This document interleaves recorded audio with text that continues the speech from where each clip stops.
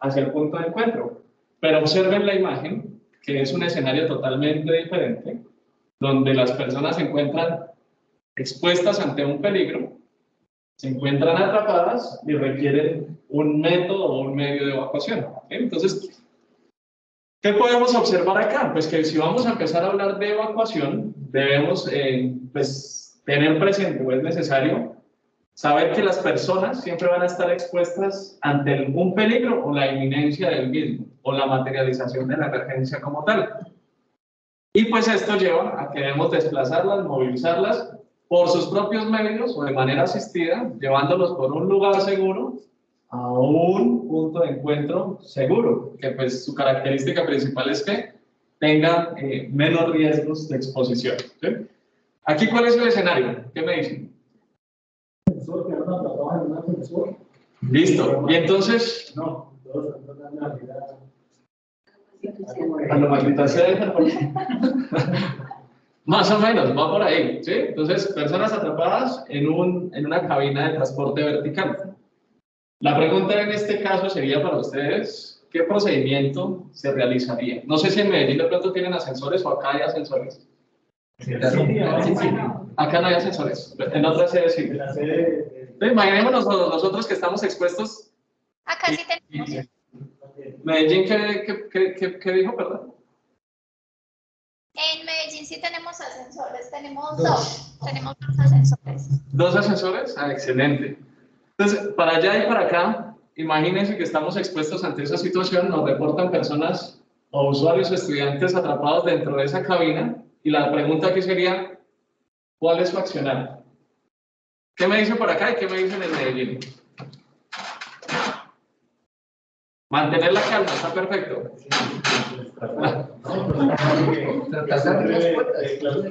Listo, entonces aquí Wilmer nos dice tratar de abrir las puertas. ¿Allá qué nos dicen? Perdón. Pero hoy día los asesores tienen un sistema comunicado para eso.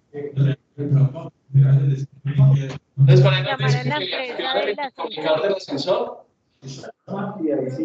la alarma. Acá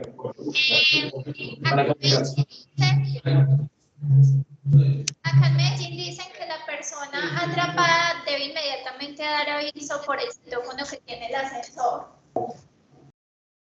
Perfecto. Ese es como el procedimiento normalmente del usuario, ¿cierto? Pero la pregunta es para ustedes, que son los brigadistas.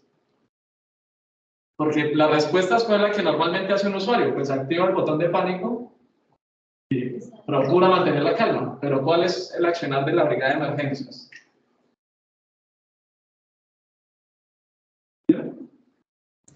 Tranquila, dilo, sin problema. Puede ir al sitio y ver qué posibilidades hay de poder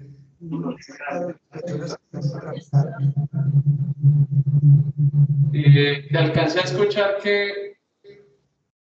No te alcancé a escuchar. Ferney, acá en Medellín nos dicen que la brigada lo que debe hacer es acudir al sitio para pues tratar como de calmar a las personas que están atrapadas, pero hay algo también muy importante y es que nosotros tenemos una empresa de ascensores, entonces lo ideal también es dar aviso pero la como respuesta a estilo. Aunque la respuesta de la empresa es de media hora. Es de media hora. La otra sería intentar abrir el ascensor. Manualmente. Abrir el ascensor manualmente, pero desde afuera. Sí, porque en teoría los brigadistas estarían afuera, ¿no? Pues si está el brigadista dentro, mucho mejor, pero pues, casualmente no podría pasar. Es un incidente que nos reportan. Pero noten aquí que hay varias circunstancias, y yo creo que ustedes conocen los casos muy conocidos en Colombia a través de estas situaciones de emergencia que han originado la muerte de las personas que están dentro del ascensor, incluso niños, ¿no? ¿Sí, no tienen presente por ahí? ¿Por qué? Porque resulta que cuando hablamos de un atrapamiento en ascensor, pues el ascensor queda atrapado entre pisos, no necesariamente en un piso, ¿sí? Está la cabina del ascensor como tal, y la cabina se desplaza de manera vertical, ¿cierto? Cuando hay una falla en el sistema, pues la falla se puede presentar en cualquier espacio de esa área vertical. Quiere decir que no siempre, cuando el ascensor se detiene, queda sobre un piso. ¿Me siguen? Entonces queda entre pisos. Al quedar entre pisos, pues cuando abren la cabina, queda una exposición del hueco como tal, ¿cierto? del ascensor. Entonces, normalmente, ¿qué pasa con estos accidentes? Normalmente lo que hacen es, lo que han mencionado algunos de ustedes, pues abramos eso, el guarda de seguridad o tal vez donde se encuentre el ascensor, tienen una llave, abrirlas con puertas, pero al abrirlas con puertas, pues es donde se generan esos accidentes. Se han generado entonces decesos de muchas personas porque al bajarse de la cabina, pues se van por los huecos y ahí sufren una caída libre y ahí es una muerte instantánea, pues por politraumatismo, ¿no? Consideraciones importantes. Esto es una actividad fuera de lo común, es una actividad que es regulada, que hay una norma para el tema de ascensores, que según la ONAC existe una empresa que debe garantizar pues todo el tema de mantenimiento, funcionalidad y aparte de eso, pues debe garantizar la asistencia de emergencias. Entonces, ¿cuál es la desventaja? Que la empresa que hace ese mantenimiento, que tienen los técnicos y que ellos asisten para operar las cabinas cuando ocurre una emergencia, pues tienen un tiempo de respuesta que por ahí lo escuché en Medellín que dijeron que más o menos 30 minutos. ¿Aquí cuánto se demorarían, saben? Por ahí 3 horas. No, pero al campus no. Pero sí, más o menos, ¿no? Entonces decimos, ahí tenemos una desventaja. ¿Por qué? Porque lo correcto no es hacer una apertura de la cabina. ¿Sí? Desde, digamos que las acciones iniciales, lo correcto que es, como brigadistas, ¿qué deberíamos hacer? Pues a través de esos dispositivos que tiene el ascensor, como son los medios de comunicación, hay algunos que tienen intercomunicadores, ¿cierto? Pues generar una asistencia, evaluar la situación a través de las cámaras también de seguridad, verificar cuántas personas tenemos, en qué condiciones se encuentran, condiciones especiales de las personas, al igual que cuando hablamos de evacuación, si hay gestantes, si hay adultos mayores, si hay niños, etcétera. Identificar cuál es su estado emocional, porque claramente están en un espacio que puede generar algo de claustrofobia, algo de pánico, y eso puede generar una alteración en la salud de las personas, ¿cierto? La medida principal, ¿cuál sería? Pues a través de esos dispositivos, o si no los tenemos, pues por fuera de la puerta del ascensor, acudir de manera emocional a las personas para mantenerlas tranquilas y en simultáneo, pues activar los sistemas de emergencia. ¿Qué sistemas de emergencia inicialmente? Pues la empresa que provee, la empresa de mantenimiento, que envíe los técnicos de respuesta, y el segundo sería bomberos, que ellos ya hacen pues una intervención de abrirlas con puertas, pero pues con todos los procedimientos y protocolos de seguridad. Así que dejar de... se está agotando la batería. Gracias por eso. Así que digamos que una actividad que tenemos que tener presente es contar con estos sistemas de emergencias y no dar la apertura a las puertas, ¿vale? No sé si hasta el momento tienen una pregunta con el tema de ascensores. Ferney, no, ninguna. Le aparece en el portátil la batería baja para que la conecte. Muchas gracias. Está perfecto, ya. Eso estaba resolviendo aquí. Bueno, para eso, entonces, empezamos a mencionar dos cosas. Hay una normatividad de ascensores. En la normatividad de ascensores ustedes tienen que tener presente que nos da todas esas regulaciones. Y por eso es que cuando usted identifica esos ascensores, los ascensores deben tener una certificación de seguridad. Esa certificación es anual y la genera el proveedor, ¿cierto? Aparte de eso, dentro de la cabina deben haber unas indicaciones de qué hacer en caso de emergencia. ¿Según qué? Según el ascensor. Porque aquí en Bogotá, puntualmente no sé, en Medellín, contamos con muchas estructuras que tienen ascensores que son muy sofisticados, de lo último, como hay otros que son todavía de reja, y eso en estructuras de patrimonio cultural. Entonces hay que identificar cuál es la cabina, cuál es el funcionamiento del ascensor, y empezar a conocer los procedimientos de respuesta a emergencias o los procedimientos operativos normalizados ante emergencias, puntualmente del tema de la atención de la cabina, ¿cierto? Importante, entonces, conocer el estado de las personas, el estado de salud, el estado emocional y asistirlos. ¿Sí? Esa es como nuestra parte como brigada de activar los sistemas de emergencia. La pregunta aquí que nos llevamos es, ¿conocen el número de la empresa proveedora? Entonces ahí nos sale la primera tarea, ¿cierto? ¿Conocen el número de los bomberos? El 123. El número único de respuesta ante emergencias. Ese es, sí, ahí digamos que nos recepciona la llamada. Y el puntual de los bomberos es 119. ¿Bien? Es Eso es importante tenerlo presente. Ahora la pregunta es, ¿quién activa ese sistema de emergencia? ¿Cualquier brigadista o hay alguien en especial que genera esa labor de enlace? ¿El que se lo encuentre? Acá en Medellín decimos cualquier brigadista. Cualquier brigadista, vale. ¿Por qué es importante tener presentes esos canales de comunicación? Porque si ocurre un incidente y todos llaman ambulancias, pues adivinen cuántas ambulancias van a llegar. En cantidades. Y solo tenemos un lesionado. A veces ese tema de comunicaciones también es importante canalizarlo y saber quién es la persona responsable en generar un enlace, puntualmente solicitando el recurso exclusivo que se necesite, para evitar pues todas esas inconformidades o inconvenientes. ¿Bien hasta ahí, cierto? Listos. Seguimos entonces. Cuando hablamos de evacuación, entonces, según la terminología de la Unidad Nacional de Gestión del Riesgo por allá en el año 2016, nos define puntualmente la evacuación como un traslado temporal de personas, tal vez bienes o objetos a un lugar seguro, ¿cierto? Aquí el antes, el durante y el después de la ocurrencia de un fenómeno amenazante, ¿con el fin de qué? Protegerlos. Eso es lo que se busca. Así que cuando hablemos de evacuación, usted piense que las personas están expuestas ante un peligro, ante una situación de emergencias, y nuestra tarea es protegerlos, llevarlos por una ruta segura hacia un punto seguro. Eso es lo que buscamos. ¿Será que el tiempo es relevante?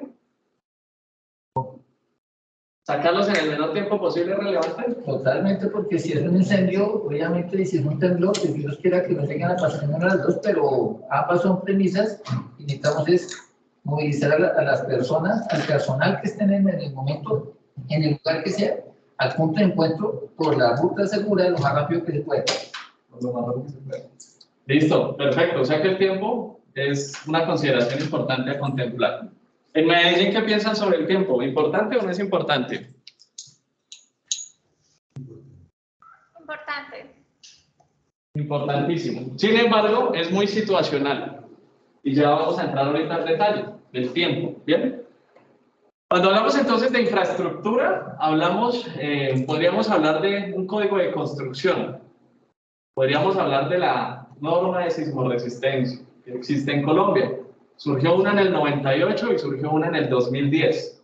Por eso es que hoy las edificaciones de hoy en día tienen muchas partes de la estructura pensadas para emergencia, cosa que no pasaba anteriormente, ¿no? No sé si de pronto donde usted habita o tal vez en una edificación vieja que usted conozca, usted se da cuenta que a duras penas existía una puerta de entrada y ya.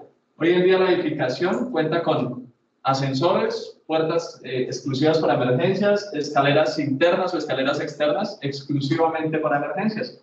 Y es porque la evolución de la norma pues ha tenido esas consideraciones y exigencias en las construcciones actuales. Entonces, una serie de medidas que buscan controlar aspectos frente al diseño, porque esto es del antes, esto es hablar del antes, es pensar que las estructuras donde va a estar la carga ocupacional pues garantice la seguridad de las personas, sobre todo para actuaciones frente a emergencias. Entonces, se piensa en el diseño, se piensa en la construcción, se piensa en los materiales, tal vez si hay modificaciones, y qué ocupación tiene destinada a esa infraestructura, ¿sí?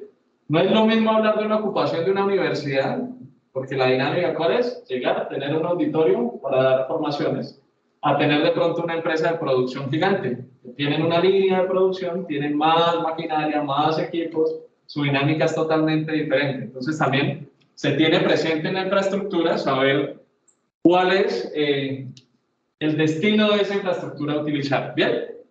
Y todo lo que tiene que ver con seguridad y bienestar para las personas. Eso facilita que en el momento de ocupar y empezar la dinámica de la actividad que se va a realizar, pues garanticemos que cuando ocurra una emergencia, todos los medios de infraestructura permitan el resguardo y protección de todas las personas. Eso fue tomado en la Asamblea General de Naciones Unidas en el año 2016. ¿Claro hasta ahí?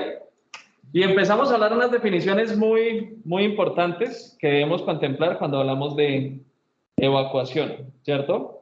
Una de ellas, ¿cuál es? Una de ellas es la carga ocupacional. ¿Qué entendemos por carga ocupacional? Normalmente entendemos que es el número de promedio o de personas promediadas, ¿cierto? Ojalá podamos saber con certeza el total de número de personas que se admiten en una edificación o en un momento cualquiera que llegue a pasar. Y yo creo que nos ha quedado muy claro ese tema de carga ocupacional con el tema de la pandemia, ¿no? El aforo, exactamente. ¿Qué aforo es permitido dentro de una instalación? Entonces, este auditorio tiene un aforo de ¿cuántas personas? 92 personas. Y en cuando salieron esos decretos del 777 y todo lo del Ministerio de Salud, empezaron a jugar con esa carga ocupacional para garantizar pues, la distancia y garantizar los 2 metros, etcétera, ¿cierto? Eso es importante. Vuelvo y les insisto, no es lo mismo sacar 5 personas de este auditorio con una capacidad de 92 a sacarlo 92 personas por el mismo recorrido, con el mismo ancho de salida. Me dice que es un medio de evacuación, sencillamente son las vías libres y continuas que partiendo desde cualquier punto de la edificación conducen a un lugar o a una vía pública. Es decir, son los accesos a las salidas, los recorredores o los recorridos que las personas tienen que realizar, el desplazamiento que se tienen que trazar para llegar al punto de salida. Cada medio de evacuación, pues digamos que consta de partes separadas y distantes entre la salida, el área donde se encuentran, y la descarga hacia la salida, que es cuando ya salen las personas de esa puerta última que llamamos la puerta o salida de emergencia. ¿Cuál es el acceso a la salida? Suena contradictorio, ¿no? Acceso a la salida. Pues en realidad es en primer instante donde yo llego precisamente a la puerta que me lleva a la salida de la edificación. Y me dice que es una sección inicial de un medio de evacuación que conduce hacia una salida. Sencillamente, eso es. ¿Bien? Descarga de la salida. Cuando hablamos de descarga de la salida, es la parte de un medio de evacuación entre la terminación y la salida a la vía pública. ¿Bien? O al punto de encuentro, o a la cancha de fútbol, o donde tengamos definido el punto de encuentro. Esos conceptos son muy básicos y los tratamos mucho cuando hablamos en términos de evacuación. ¿Bien? ¿Vamos claros hasta ahí? ¿Alguna inquietud con las definiciones? Son básicas, no son tan complicadas. La siguiente me dice que es la salida. La salida es la parte de un medio de evacuación separada de los demás espacios de la edificación por construcciones o equipos que proporciona una vía de recorrido protegida hasta la descarga hacia la salida. ¿Bien? Y hablando de recorridos por medios de evacuación, pues encontramos o escaleras internas o escaleras externas. No sé si se han dado cuenta que las edificaciones actuales están haciendo escaleras con una estructura muy robusta, a veces externa de la misma edificación o a veces interna. Fácil ver, no sé si han visto por ahí el edificio Bacatac. Ustedes ven desde afuera las escaleras, porque son escaleras externas diseñadas especialmente para emergencias, porque el medio de acceso normal de la edificación son los ascensores. Esa es como la gran diferencia, ¿no? Y ahí vemos esas salidas. En otros, no sé si han visto en la Torre Colpatria, cuentan con toboganes para hacer salidas de emergencia. Tienen escaleras, pero tienen toboganes. ¿Qué hacen? Que en unos pisos superiores le extienden unos toboganes, esos toboganes caen totalmente de manera vertical y las personas empiezan a evacuar por esos medios. Entonces empiezan a descargar esa carga ocupacional por los toboganes y por las escaleras. ¿Sí? Claramente no es un tobogán como el de Salitre o Cicia Guapar, ¿no? Sí. Es un tema especialmente de emergencias, un tobogán totalmente vertical. Sí, ya se imaginó con el chique allá saliendo. No. En el 93. Cuando están haciendo las construcciones que tiran a los escombros por ahí, por ejemplo. Eso, exactamente. Y viene en espiral. Entonces eso hace que la persona pues... Exactamente, que la caída no sea libre, sino baje controlada. Sí, lo único que hay que llevar es una bolsita porque al final... En el 93, eso era como 92, 93 tal vez cuando se empezó a hablar acerca de las infraestructuras y todo este proceso de seguridad en las edificaciones. En el edificio Bancafé, hoy en día no queda ahí, que ya existe, ¿no? Fue el primer edificio en Bogotá al cual hicieron escaleras externas para los medios de evacuación. Para un medio de evacuación. Duraron como tal vez unos 8 meses, 6 meses, haciendo toda la respuesta. Y hoy en día uno pasa por ahí y ahí está. Se mantiene. Súper bien. Y eso ha permitido la evolución de todos estos temas de bienestar y seguridad. Ahora la pregunta es, ¿y esas edificaciones que son tan viejas están mal? ¿Por qué no tienen todo eso? Pues la respuesta es que no está mal. Lo que pasa es que lo hicieron y cumplieron con la normatividad existente en ese momento. Ahora que le digan, venga, tiene que cumplir con esto y esto, pues es un tema de prácticamente demoler y reconstruir. Pues es un tema ahí netamente financiero que no queda tan fácil. Lo que se hace ahí es, pues, acoplarse a lo que existe en ese momento para garantizar esa seguridad. Bien, entonces decimos que la escalera interior es aquella que en ninguna de sus lados está directamente abierta al exterior, ¿sí? Sino indirectamente mediante ventanas, puertas u otros medios, que normalmente las escaleras internas que utilizamos nosotros, ¿cierto? Por el contrario, la escalera exterior tiene uno de sus lados por lo menos directamente abiertos al exterior mediante recursos visibles y ahí generan ahora una estructura más robusta, ¿cierto? La escalera o toda la estructura para evitar que colapse de primeras cuando ocurren los eventos, sobre todo el tema sísmico.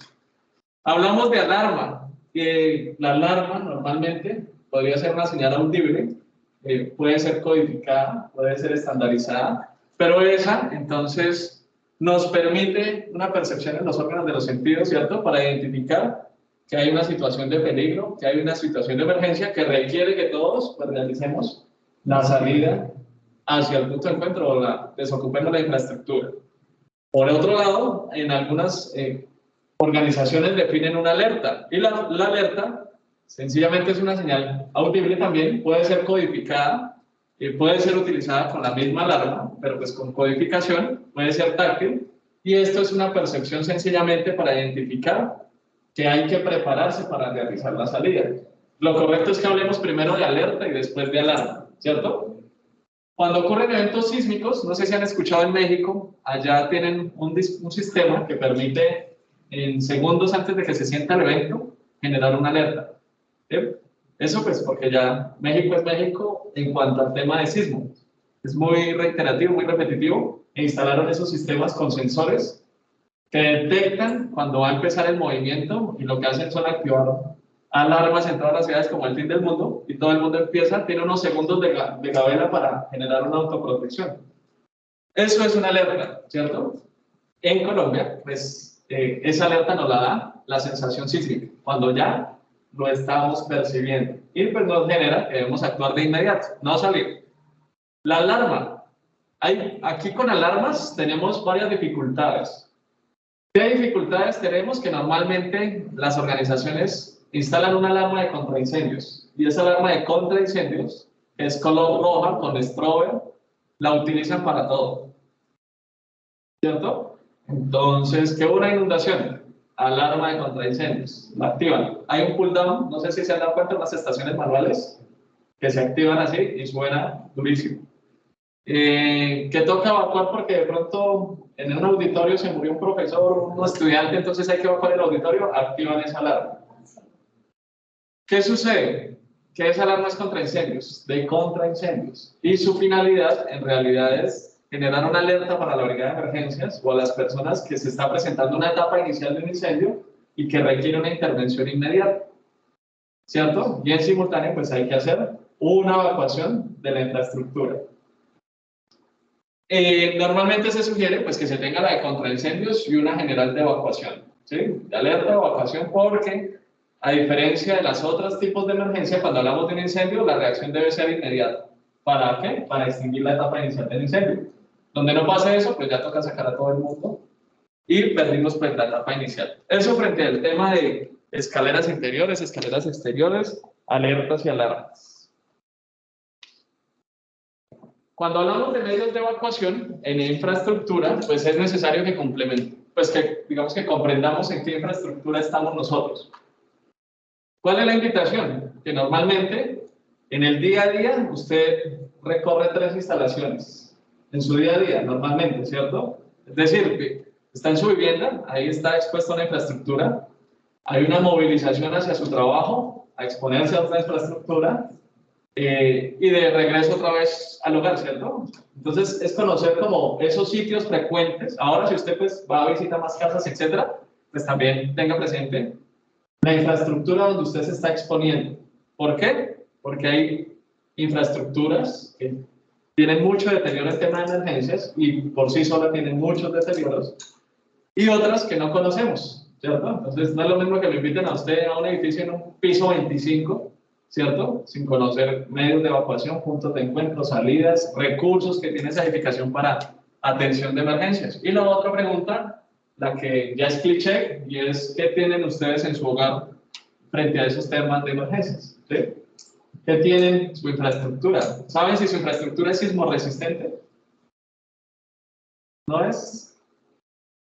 Sí, sí, sí. No, no. ¿No saben? ¿No responden? 60. Que también es importante, ¿cierto? Ahora sí, dentro de su proyecto de vida está comprar una vivienda, también piensen en todo esto, que cumplan con condiciones de seguridad que garanticen que la infraestructura es sismorresistente. Con los conjuntos, que esos sí o sí deben ser sismorresistentes, cumplir con temas de medios de evacuación. Exactamente, entonces son estructuras que uno dice ya llevan mucho tiempo y nos hace más vulnerables de pronto en temas de colapsos. Segundo, porque esas casas de adobe me cuento que eran muy buenas.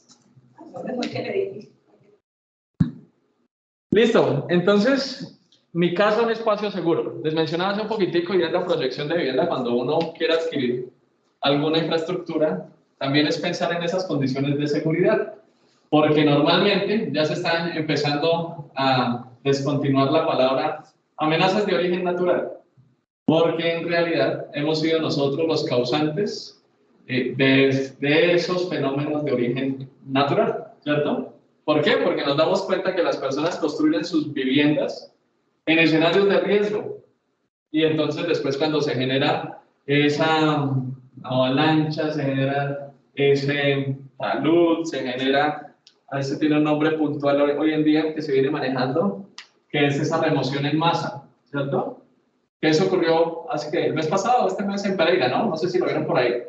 Precisamente es por esto, porque no hay una conciencia del riesgo, no pensamos en todos estos temas de medios, dispositivos o seguros de evacuación en infraestructuras, y ocurren estos eventos, ¿sí? Entonces, la invitación de esto es, cuando quieran adquirir un predio, pues a través de planeación en las alcaldías locales, conozcan su territorio, conozcan el territorio, porque puede ser que el lote donde va a construir o el apartamento que va a construir, pues no hay ningún lío, pero después usted se entera que eso hace unos años era un humedal y eso tiene pues unas consecuencias, no ahora mismo, sino futuras, que puede repercutir en la ocurrencia de situaciones de emergencia. Importante entonces acá, conocer todo el tema de seguridad y también pues buscar que se cumpla con esos temas de seguridad. Cuando hablamos ya del plan de evacuación como tal, porque las definiciones anteriores eran únicamente definición de evacuación, pero cuando ya hablamos de un plan, pues sencillamente son todas esas acciones y medidas tendientes a generar una estrategia, la cual necesitamos pues definir de la mejor manera, debemos divulgarla, debemos socializarla con todas las personas involucradas. De nada nos sirve que el equipo de emergencia sean los duchos en conocer toda la infraestructura, sepan por dónde salen todas las personas, y todos los estudiantes que tenemos no conozcan nada. Porque cuando ocurre la emergencia y tengamos que evacuar, pues vamos a tener aquí, 92 me dijiste, 92 estudiantes totalmente desesperados, paniqueados, que no saben para dónde correr. ¿Sí? Aquí lo que buscamos es que todo el mundo debería saber los medios de evacuación, puntos de encuentro. Y hay herramientas que nos permiten facilitar ese conocimiento, no puntualmente una formación o una capacitación. ¿Qué creen que sería? La señalización adecuada. Señalización adecuada, sumado a los planos de evacuación. Que esa es otra invitación. Cuando usted llegue a una infraestructura, antes de ingresar, revise y ubíquese espacialmente y conozca la infraestructura. ¿Sí? Claros hasta ahí, ¿cierto? Entonces debe ser conocido para todas las personas. Y aquí viene otra cosa interesante, y es que también las personas deben conocer la exposición a los riesgos de los cuales se tienen. Porque cuando hablamos de riesgos o de esas amenazas, pues no todas las amenazas requieren una evacuación, ¿cierto? Entonces aquí sonó una alarma por tormenta eléctrica, ¿evacuamos a las personas al punto de encuentro que es totalmente despejado, que queda abajo de 10 árboles? ¿No es cierto? Entonces ahí nos dice, oiga, no, revise ese tema primero. Ese plan de evacuación tiene unas características importantes que normalmente pues las aterrizamos a nivel documental, ¿cierto? Entonces debe ser documentado para garantizar su permanencia. Eso es lo que buscamos cuando hablamos de documento, únicamente para garantizar que esa estrategia se mantenga y perdure en el tiempo, ¿cierto? Debe ser aprobada para que se institucionalice dentro de la organización, en este caso de la universidad. Debe ser publicada para que sea conocida por todas las personas o todos los ocupantes o toda esa carga ocupacional que tenemos. Debe ser enseñada a todas las personas que frecuentan las instalaciones, incluidos los que son visitantes ocasionales, y debe ser practicada convenientemente. ¿Cómo practicamos un plan de evacuación? Simulacros y simulaciones. Estudié anoche.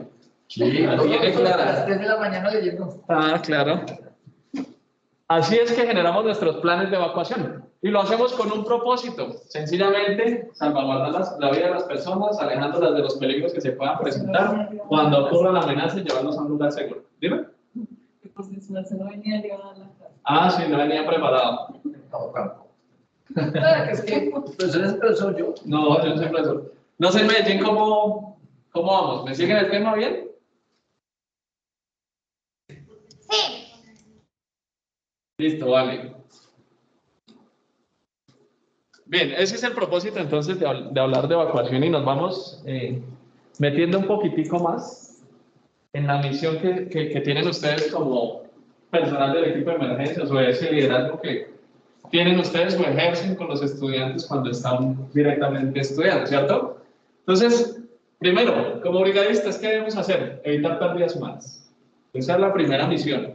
En la medida de lo posible, claro está, porque si hablamos de un incendio en infraestructura, un incendio estructural en este auditorio, y el auditorio estaba en su máxima capacidad, se prendió en 3 segundos, pues también hablar de la medida de lo posible, salvar las vidas, en la medida de lo posible, ¿por qué? Porque primero prima su seguridad.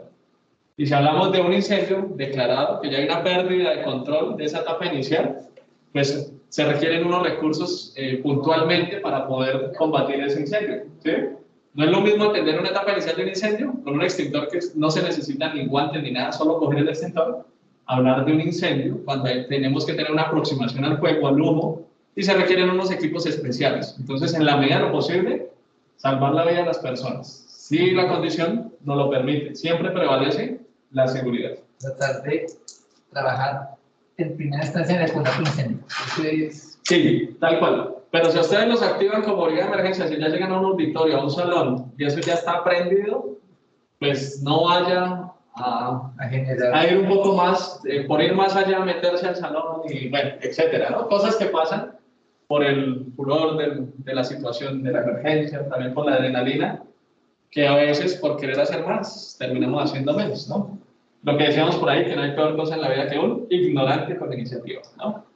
Que por querer hacer mucho, no se cuenta con todo, pues se termina desempeorando la situación, ¿cierto? Y pues como equipo de emergencias, no podemos, debemos tener claridad hasta cuál va a ser nuestro alcance, en qué momento sí podemos actuar, en qué momento es mejor esperar. Bien, establecer responsabilidades de los coordinadores de evacuación. ¿Aquí tienen coordinadores de evacuación? Eso es un no. No, ¿cierto?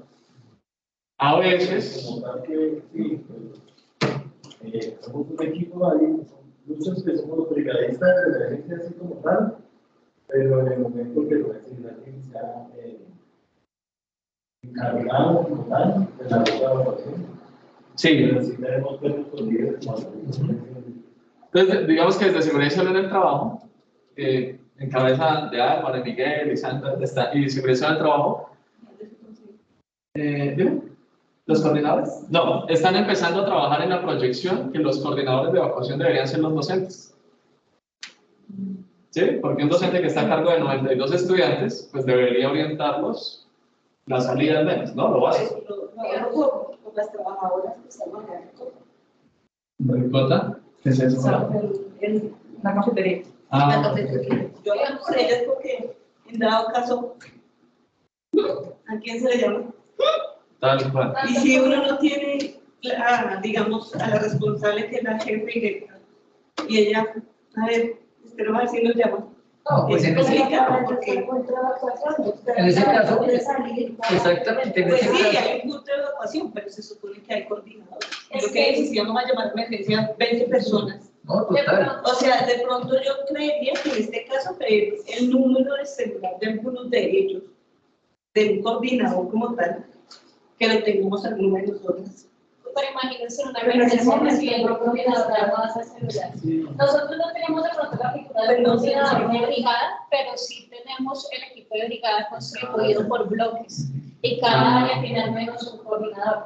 Entonces, en el momento del equipo de seguridad, uno de los celadores, el que de pronto esté en la soleta, le corresponde la evacuación de cafetería primero y segundo piso. Los que estamos aquí arriba, por ejemplo, Charlie y yo somos brigadistas de bienestar. A mí me corresponde el bloque B, bloque L, a Charlie le corresponde los que son alrededores. En biblioteca hay unos brigadistas también, en el centro de medios hay un montón de brigadistas que evacúan todo este bloque que es uno de los más grandes de la universidad. De pronto como figura de coordinador, ¿no?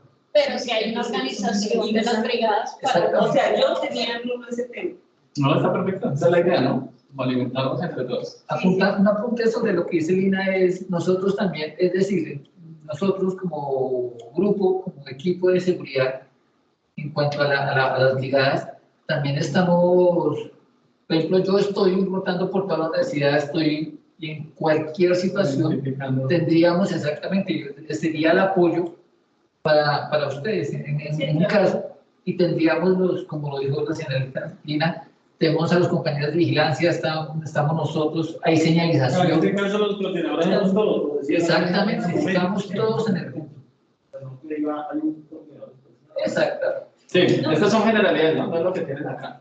Estas son generalidades de lo que se podría hacer, e inclusive aquí la propuesta sería, ¿verdad? El docente debería estar como a cargo, o en el área de cafetería, debería una persona a cargo, tal vez, de ustedes mismos que asuman la responsabilidad, ¿no? ¿Quién es el encargado de a quién se le reporta?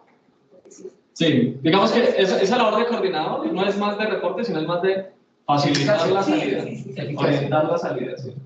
¿Vale? Entonces nos dice, identificar sistemas de alarmas, rutas de evacuación, señalización y puntos de encuentro.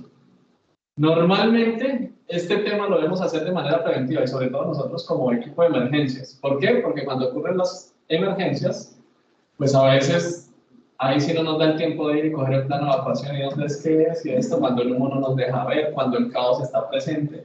Esas son medidas que también debemos hacer antes, conocer muy bien antes, ¿sí? Sin embargo, pues son apoyos visibles, que son fotoluminiscentes, que nos permite que en ausencia de luz poder identificar al menos por dónde nos vamos a movilizar en caso de que no contemos con buena iluminación. Establecer tiempos de respuesta. Los tiempos de respuesta no es que sea una camisa de fuerza, pero sí nos va a facilitar una agilidad en la atención, ¿cierto? Y sobre todo en el control de los eventos. Asignar responsabilidades, nuevamente en el antes, en el durante y el después, tanto para la brigada, los comités de emergencia, si hay coordinadores de evacuación, hasta cuál es su responsabilidad, usted que asume dentro de su rol normal o convencional. Motivar a las personas para que lleven a cabo las acciones de respuesta en la organización de manera coordinada. Es decir, aquí en este caso nos toca motivar desde el estudiante, que es como nuestra mayor preocupación, hasta el esquema organizacional o el comité de emergencias, que todos hablen un solo idioma, que sea muy modular, que todos tengan claro en una situación de emergencia que afecta al rector, que afecta al coordinador, al área de bienestar, al área de alimentos, a todas las áreas del estudiante, pues es un tema transversal, que todos tienen que tener claridad de cuál va a ser la reacción, ¿cierto? Entonces eso es lo interesante del tema de emergencias, y es que impacta a cualquier área. Y por eso involucramos a todas las personas dentro de estos esquemas de respuesta a la atención de la emergencia. Hay unos fundamentos legales, y cuando hablamos de fundamentos legales, pues aquí vamos a encontrar muchos que a través de la normatividad colombiana, esa pirámide de Kelsen, pues empezaron a regular y exigir que las organizaciones puntualmente garanticen esos medios de evacuación, ¿sí? Y esos medios de planes de emergencia con planes de evacuación. Entonces, si hablamos de la ley novena del 1979, ahí nos hablaba de unas medidas sanitarias, es como muy pendiente a lo que nos habla la NSR10, que son todo el tema de cómo debería ser la construcción, de todo el tema de saneamiento, los recursos desde los baños, desde todo lo que tiene que tener una edificación para garantizar el bienestar y salud de las personas, ¿cierto? Empezó entonces, bueno, esto se lo menciono para que notemos que desde el año 79 están exigiendo temas de medios de evacuación y emergencias en edificaciones o instalaciones, ¿cierto? Después nos habla la 2400, una resolución por allá, que también tiene relación con el tema de vivienda, ¿cierto? De infraestructura, de higiene y de seguridad de instalaciones. Entonces también un poquito de seguridad a nivel ocupacional de esa infraestructura. Nos habla la NTC, que eso ya es una norma técnica colombiana, ¿cierto? Nos dice que el tema de higiene y seguridad está presente en todo, ¿sí? ¿Cómo va a construir? Si usted tiene un proyecto y quiere saber y garantizar que cumpla con todos los esquemas de bienestar, de saneamiento y seguridad, pues aquí usted se apropia de esta normatividad y empieza a exigir que se cumplan con todos estos parámetros. La NTC 1931 nos habla de todo el tema de protección contra incendios, que eso normalmente sucede, ¿no? Aquí tenemos red contra incendios, eso lo hablamos días pasados, ¿no? El tema de red contra incendios. ¿Hay red contra incendios o solo extintores? Acá en Medellín tenemos ambas. Dime. En Medellín tenemos ambas, tenemos red contra incendios y tenemos extintores. Ok, en este caso, que es el campus, se cuenta con algunos medios, pero no los suficientes como una red contra incendios que encontramos tal vez en Medellín, que son infraestructuras recientes, que tienen aspersores, que garantiza, digamos que un medio de enfriamiento por toda la infraestructura. Aquí no, aquí es un poquitico más complicado el tema, ¿cierto? En la 61 hay, en el edificio de la en el sitio. En los edificios, sí. Acá pues tenemos los hidrantes y tenemos las mangueras para podernos movilizar en caso, en cada bloque y están pues, distribuidas y sectorizadas para poder efectuar, digamos que en un momento la tarea. Listo, perfecto. Hablamos entonces que esas medidas, por ejemplo, de protección contra incendios, se deben hacer antes de construir, porque van inversas en el diseño y construcción, ¿sí? No podríamos decir ahorita, bueno, sí se puede decir ahorita, instalar una red contra incendios, pero es que instalar una red contra incendios requiere un tema de infraestructura, de romper, de instalar, y eso tiene un costo gigante. Pues que se puede hacer facilito. Todo con plata se puede hacer todo, ¿no?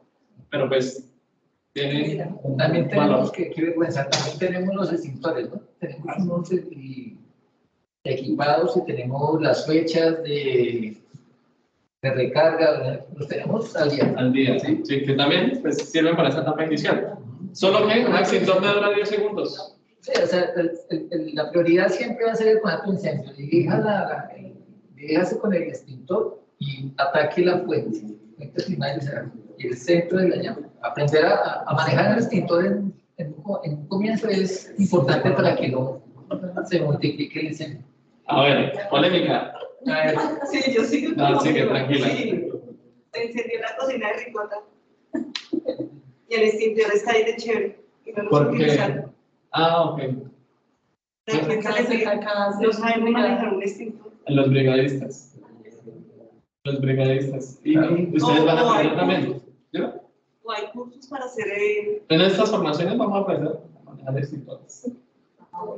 Para que no quede ahí. Cuando le toque manejar la manguera de bomberos, va a aprender. No, pero es que de verdad, no,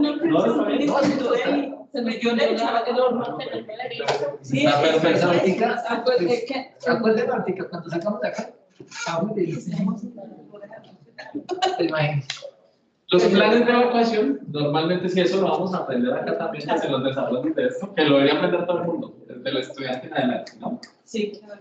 En el desarrollo de estas actividades vamos a darnos cuenta que los planes de emergencia y planes de evacuación están articulados con los planes distritales, tal vez locales, de gestión de riesgos, emergencias y desastres, que lo asocia con las entidades que a nivel gubernamental ofrecen servicios de asistencia en términos de emergencia. Sin embargo, esos recursos están diseñados como recursos externos cuando nosotros perdemos la capacidad de respuesta. Es decir, cuando nosotros por nuestros propios medios no podemos solucionar el evento, pues hay que activar un externo. que sería, si hablando de incendios, que estamos con el tema, si se nos perdió el control de esa etapa inicial, pues nos toca activar bomberos. El tema de ahí para allá es que es un mayor recurso que nos va a ayudar mucho, pero pues que ya perdimos nosotros el control. Entonces ya van a haber consecuencias más complicadas. Un ejemplo, exactamente. Volvamos a ese ejemplo. Entonces, en el conjunto, en mi casa, en mi apartamento, entonces, lo primero que tenemos que hacer es dirigirnos al punto de encuentro. Si se llegara a ocurrir si se llegara a presentar una situación como esta, y no ocupar un parque público, porque a los parques públicos o a los puntos públicos es el primer lugar de encuentro donde las entidades gubernamentales van a instalarse para poder prestar una ayuda eficaz frente a un incendio, un terremoto, cualquier situación que genere un acceso más grande a la comunidad. Tal cual. Y eso, digamos que dentro de los sistemas comando de incidentes o todo ese tema que permite la articulación de todos los recursos, se generan unas instalaciones. Y dentro de esas instalaciones está algo que se llama puesto de mando, o le llaman puesto de mando unificado, depende de donde todas las organizaciones llegan y empiezan pues, a crear estrategias o planes de atención al incidente para poder resolver la situación que se está presentando en ese tiempo real, ¿vale? Y nos damos cuenta entonces del título J y título K de la NSR 10, uno me habla de infraestructura y otro me habla de medios de protección contra incendios, que deben tener las infraestructuras, medios de evacuación y medios de protección contra incendios. Es decir, que todo esto está tipificado en norma. Y aquí solo mencionamos algunas, ¿no? Porque si vamos a hablar de un extintor, hay 2 normas para ello. Si vamos a hablar de gabinetes, hay normas. Si vamos a hablar de contraincendios, de la bomba, de todo, todo tiene norma. Y debemos orientarnos con esta norma. Estas solo son algunas generalidades para que entendamos que esto también está como tipificado en la normatividad y que nos toca darle cumplimiento, sobre todo para garantizar lo que buscamos nosotros en términos de emergencia. Ahí vemos una imagen del concepto de evacuación, ¿no? Muy diciente, que nos dice, saque a las personas de un lugar seguro a través de ese conjunto de medidas y acciones para protegerlos, llevarlos por una ruta segura a un lugar seguro. Ese es el tema de evacuación. En realidad no es tan complicado. Lo complicado que es, lo complicado es saberlo hacer y tener garantía de que la carga ocupacional la vamos a sacar de la mejor manera y que la carga ocupacional se va a comportar de la mejor manera también para facilitarnos la salida, ¿cierto?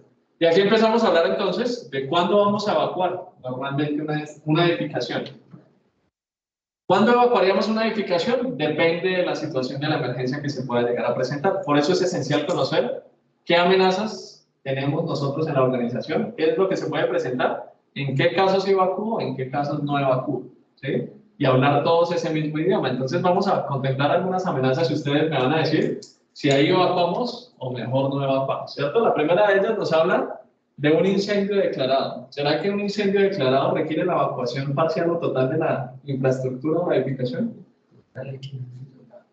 Entonces, recordemos que cuando hablamos, me dicen por acá que sí. ¿En Medellín qué me dicen? Sí. Ah, eso. Entonces, resulta que una etapa inicial del incendio es eso que llaman por ahí CONAT. La labor del brigadista es extinguirlo. Pero cuando se pierde el control, ya hablamos de un incendio declarado. Y en un incendio declarado, pues ya hay una pérdida de control. Y esa pérdida de control requiere unos recursos mayores para poder atender, lo que les mencionaba hace un momento. Necesitamos unos equipos, unos elementos para poderlo hacer y nosotros no lo tenemos. Entonces se sale de la capacidad de respuesta a nosotros y lo que buscaríamos entonces es activar nuestro plan de evacuación. Momento por el cual deberían notificar la activación de la alerta de la alarma. ¿Para qué? Avisarle a la ocupación que se quiere sacar que hay que realizar sí o sí una salida. Nada que hacer, ¿sí? ¿Y lo hacemos a través de qué? La alarma. O acá tienen alerta.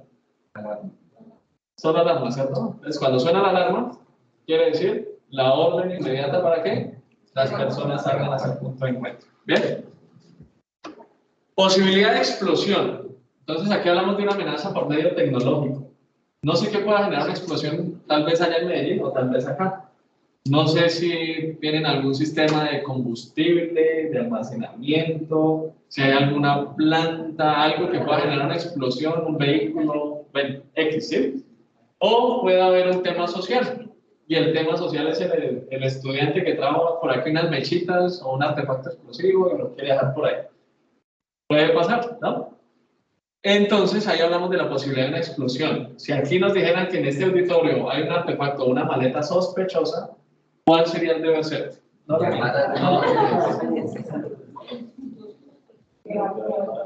¿Qué hacemos? ¿Evacuamos? Pero, Primero sí, hay que evacuar, después informar. listo. Dicen evacuar e informar. Bien. Entonces, aquí, ¿cuál es el concepto? Que si esta maleta que está ahí es sospechosa, entonces estamos expuestos ante el peligro. ¿Sí? Lo quiero asociar entonces con la definición. ¿Por qué lo asocio con la definición? Porque buscamos sacar a las personas de un peligro y nosotros ya estamos expuestos ante el peligro. Pero si esa maleta estuviera afuera, ¿evacuamos? No, que el peligro está fuera. Entonces no vamos hacia el peligro, sino en este caso ya no evacuamos, sino resguardamos. Otra palabra que viene en medios de evacuación. Es ocasiones o situaciones que nos toca es proteger a las personas dentro de una edificación, porque la edificación ofrece mayores garantías de seguridad que el punto de encuentro, según la situación que se esté presentando. Algo fácil para entender, otro ejemplo, serían esas manifestaciones de índole social o amenazas humanas no intencionales. O sea, las protestas. En las protestas, pues cuando viene la protesta y viene todo el mundo a hacer daño y maldades, pues tal vez sacar a las personas de la infraestructura sea exponerlas ante el peligro. Motivo por el cual lo que hacemos es resguardarlas en la infraestructura. ¿Claro sobre eso? Tener presente eso. Si el dispositivo, la maleta, el artefacto está en el recorrido hacia el acceso a la salida, pues es mejor resguardar a las personas. Bien. Escape de vapores tóxicos o gases. ¿Evacuamos o no evacuamos? Evacuamos. Fácilmente. Ya estamos expuestos ante esa situación, generamos una evacuación de manera inmediata.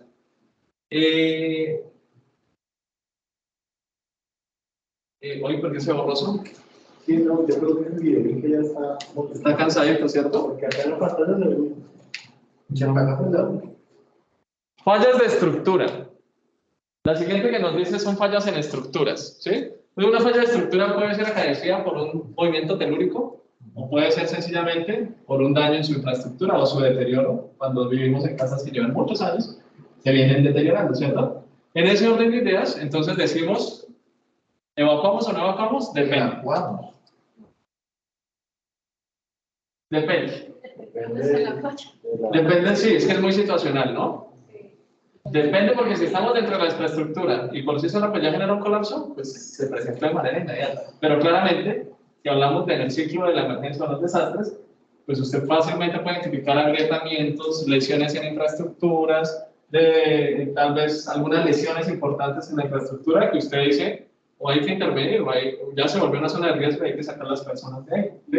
Entonces usted nota humedad, tal vez agrietamientos, y dice, es mejor terminar rápido la capacitación y salir. ¿Sí? Bien, ahora si hablamos de un sismo, si empieza el movimiento telúrico, ¿evacuamos? Nos resguardamos. ¿Por qué nos resguardamos y no evacuamos? ¿Qué dices, Caterina? Mientras que salimos ya de luz. Sí, tal cual. Sí, Es muy sencillo. Un sismo puede durar segundos como puede durar minutos. Y depende de la intensidad. En un segundo puede caerse todo. Y a veces, de aquí al punto de encuentro, ¿cuánto nos demoraríamos? 15 minutos. ¿15 minutos? ¿Media hora? Se va a ir gateando. Limitando los pasos. Si no se la abre, no deja salir. Los 5 minutos de acá al punto. 5 minutos de aquí al punto de encuentro. Pero ya no ejercicios que hemos hecho, no. No, son 3-4 minutos. Yo creo que. Un sismo fácilmente dura 30 segundos. Esa es como el fin que nos dice, mejor no evacuar. Tostados. Entonces, nos dicen, tal cual. Entonces, ¿hay que nos dice el protocolo? Dice, pues, por esa sencilla razón, es mejor que utilice esos segundos para protegerse. Buscar un lugar seguro. Una infraestructura que tiene como lugar seguro. Toda infraestructura tiene columnas y vigas. columnas que vienen de seguimiento, que son las que soportan mayor carga de la estructura, y las vigas que atraviesan la infraestructura.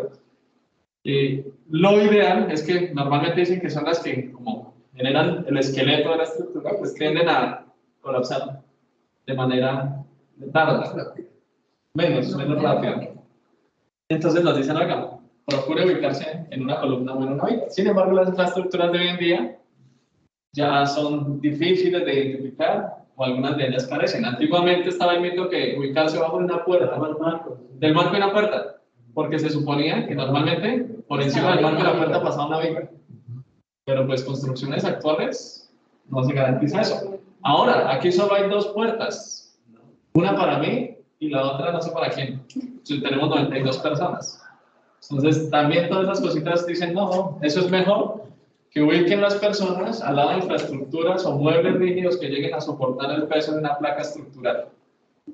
Y entonces aquí, como no hay mayor cosa, lo único que podemos hacer es ubicarnos al lado de la silletería, si estuviera esto lleno, sacar el rosario y esperar que no falle la estructura.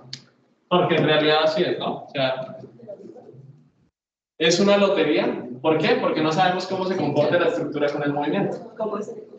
Cómo está construida y cómo se comporte frente a la resistencia. Una estructura puede colapsar de muchas maneras. Así como las torres gemelas, que si vino así en apilamiento, como puede colapsar solo placa a placa, las placas, o puede colapsar solo mampostería o la fachada y permanecen las placas, o puede lateralizarse, o puede colapsar de mil maneras de morir.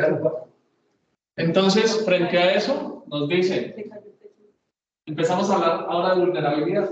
Por eso es que la gestión del riesgo arranca de una manera prospectiva, antes de que sucedan las cosas. Porque si ya sabemos que estamos en una infraestructura que no es sismo resistente, pues la tarea ¿cuál es? Hacer un reforzamiento estructural o algo para garantizar que esa estructura sea menos vulnerable cuando llegue a ocurrir un sismo. ¿Sí? Esa es la tarea como tal. Y mientras tanto, pues, empezar también a garantizar los medios de evacuación hacia las salidas o puntos seguros. Entonces, finalizado el movimiento, cuando nos ubicamos en una posición segura, en una posición fetal, finalizado el movimiento, la tarea ¿cuál sería? Nos dice por allí evacuar. El protocolo nos dice verifique la infraestructura. ¿Sí? Pues por supuesto lo de siempre, ¿no? El cliché de mantenga la calma, garantice que todo el mundo esté tranquilo, conserve su tranquilidad, pero ahora revise que la infraestructura no tenga ningún deterioro, ninguna lesión. Porque después de la réplica que viene, después del sismo viene la réplica. Hice mal me tiré la pregunta. Después del sismo viene la réplica, entonces, ¿cuánto tiempo hay entre el sismo y la réplica? Tampoco sabemos. Y antes teníamos la percepción de que ocurría un sismo y ocurría una réplica y ya pasó todo. En eventos, terremotos en Ecuador, lo que hemos visto por ahí cerquita en México y eso, hablan de 120 réplicas después de un sismo. O sea, al otro día siguen habiendo réplicas, se mueven. Y no sabemos tampoco la intensidad si puede ser mayor que el sismo o menor que el sismo. Total es que cuando finalice el movimiento, pues lo que deberíamos hacer es revisar que la infraestructura no tenga ningún deterioro. La pregunta es, si vos vives en un piso, en un quinto piso, ¿cuánto tiempo te tomaría revisar toda la edificación para saber que en el sótano no hubo un agrietamiento en una columna? Y es ahí donde el procedimiento o el plan me dice, debe usted generar una evacuación por protocolo, por precaución, sobre todo en estas edificaciones. ¿Cuánto tiempo tardaríamos en revisar todas estas infraestructuras del campus? En Medellín, ¿cuánto tiempo tardarían en revisar el edificio, no? Y decimos a veces, nos ponemos a revisar eso y nos sorprende la réplica, pues mejor saquemos a todas las personas, esperemos de pronto un tiempo prudente, que ocurra la réplica, pero que nos sorprenda en el punto de encuentro, y después hacemos una revisión minuciosa en la infraestructura para dar un reingreso. ¿Sí? Creo que es lo más aterrizado, o digamos que lo más correcto que podríamos hacer en esos temas de evacuación por eventos telúricos. ¿Bien? Si hay alguna infraestructura que haya sufrido un daño, una lesión y demás, ¿qué podríamos hacer? Evacuar, pero después, posteriormente. Si ya nos damos cuenta que sí, evidentemente sufrió deterioro la infraestructura. Entonces, evitar el reingreso, reportarlo y pues ya empezar a labores de rehabilitación o reconstrucción o modificaciones o todo lo que haya de lugar a eso. Claro, con el tema de sismo, ¿no? Eso es muy ya, pues afortunadamente es como el día a día y ya no lo asociamos un poquitico más a nuestros hábitos de saber qué hacer en caso de un sitio. Claramente va a haber miedo como... Sí, no, pues es que... En el momento de un sitio, de un incendio, o sea, una vez, es decir, es hablar sobre el tema y otra vez negar el tema. Exactamente. Tal cual es como cuando uno le preguntan, ¿y usted qué haría si un mal lo va a robar y le saca un arma? Entonces uno dice, no, pues yo lo cojo y le hago mejor dicho, la llave y lo boto al piso y lo desarmo y listo. No sabe uno emocionalmente cómo responde ante eso. Sin embargo, si hablamos de unas herramientas de afrontamiento en situaciones de crisis. Y ese afrontamiento o herramientas en situaciones de crisis, pues lo dan la formación, la preparación, el entendimiento y la conciencia. Es decir, que sí se puede mantener la calma en una situación de emergencia, sobre todo cuando va uno a atender una emergencia, pues ya debe tener ese chip, ¿sí? Lo asocio mucho como, usted ve, llaman aquí a los bomberos y usted ve que los bomberos llegan y no salen corriendo del susto, sino manejan ya la situación, su emoción y empiezan a trabajar, ¿sí? Así sucede y debemos trabajarlo nosotros como unidad de emergencias, ¿sí? Hacer más conciencia de esos eventos que pueden llegar a presentarse. Bueno, hablamos de inundaciones. Cuando hablamos de la amenaza de inundaciones, ¿evacuamos o no evacuamos? ¿Sí, no? ¿En inundaciones evacuamos? Sí, claro que sí. En Medellín dicen que sí. Aquí en Bogotá también. En Bogotá también. Sí.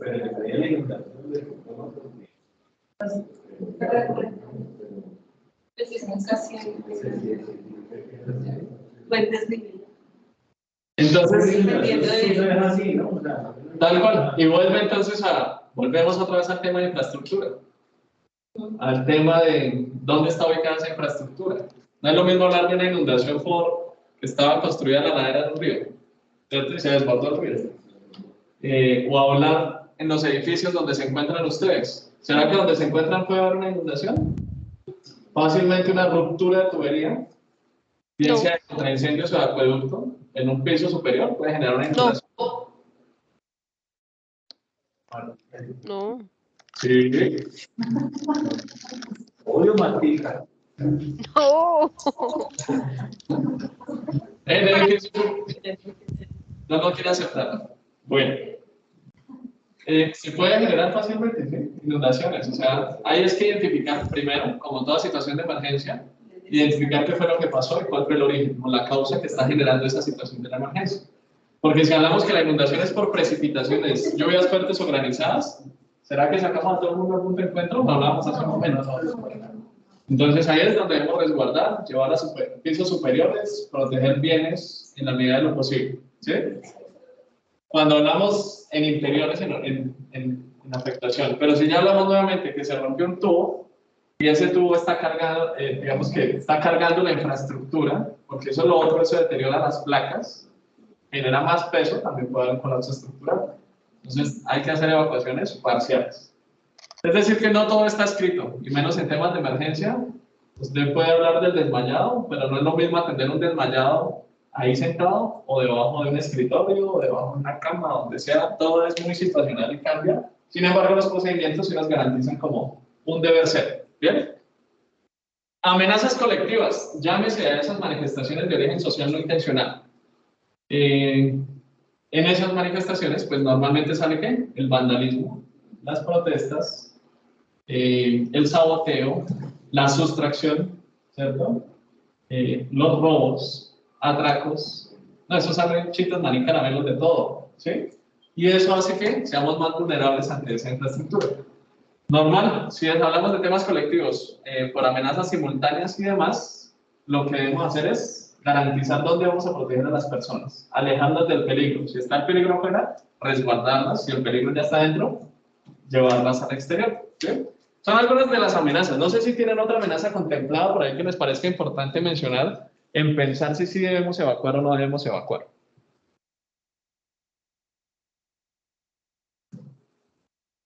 Consideraciones a tener en cuenta entonces. Les leo desde aquí porque se ve un poquito borrosa ahí la presentación.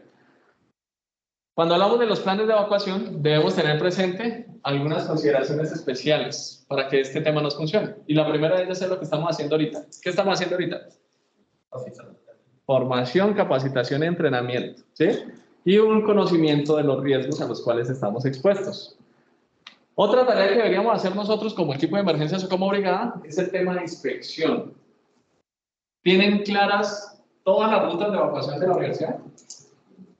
Las principales y las alternas. Entonces, eso, si no lo tenemos claro, o si ya lo tenemos claro, debemos hacer inspecciones. Y ahora, si hablamos de esas inspecciones, aparte que tengamos claro dónde son, pues también ustedes saben que normalmente hicieron una inspección por un recorrido, por un recorredor, y bien, pero el otro día fueron y habían 2 sofás o 3 buff, y eso limita la salida de las personas, obstaculiza la salida, por decirlo así. Entonces, requiere que estemos normalmente generando esas inspecciones y recorridos. Ubicar los puntos de encuentro.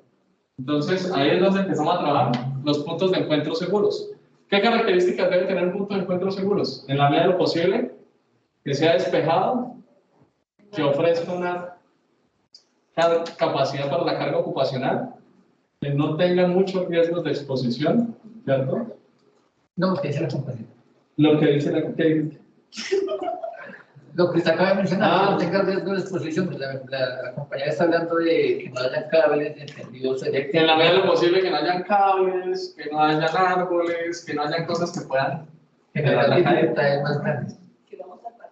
Sin embargo, estamos en Bogotá y hay puntos de encuentro, aquí bendito los del campus, porque en realidad, en Medellín también en temas urbanos, pues es difícil conseguir un punto de encuentro como una cancha de fútbol que garantice la seguridad para todos, ¿no? Sin embargo, recordemos, si el punto de encuentro de pronto hay unos árboles, unos postes, o recorrido allá hay unos árboles o postes, recuerden que la evacuación la hacemos el después. Es decir, o se cayó eso o no se cayó eso. Y, nuevamente, muy situacional, ¿qué acciones vamos a seguir? Garantizar que todas las rutas de evacuación tengan el esquema de señalización. Eso sí o sí lo debe tener todo el tema de señalización por todo el recorrido. Los planos de evacuación, al menos por piso o por infraestructura o por auditorio, para que las personas que puedan orientarse un poco hacia la salida. Definir los temas o los sistemas de alarma y la codificación de los mismos, ¿sí? Garantizar que esa alarma tenga una energía secundaria. ¿Sí me siguen con eso? Es decir, que tenga una fuente de poder externa. Una planta de energía o una fuente que garantice que eso sí va a funcionar y no se fue la luz y entonces la alarma no sonó porque no había luz. ¿Qué suele pasar? Tener conocimiento de los procedimientos operativos normalizados. ¿Saben ustedes qué son los procedimientos operativos normalizados? Entonces no tienen conocimiento de los procedimientos operativos normalizados. Esos procedimientos operativos normalizados son ese paso a paso que debemos seguir cuando ocurre una situación de una emergencia.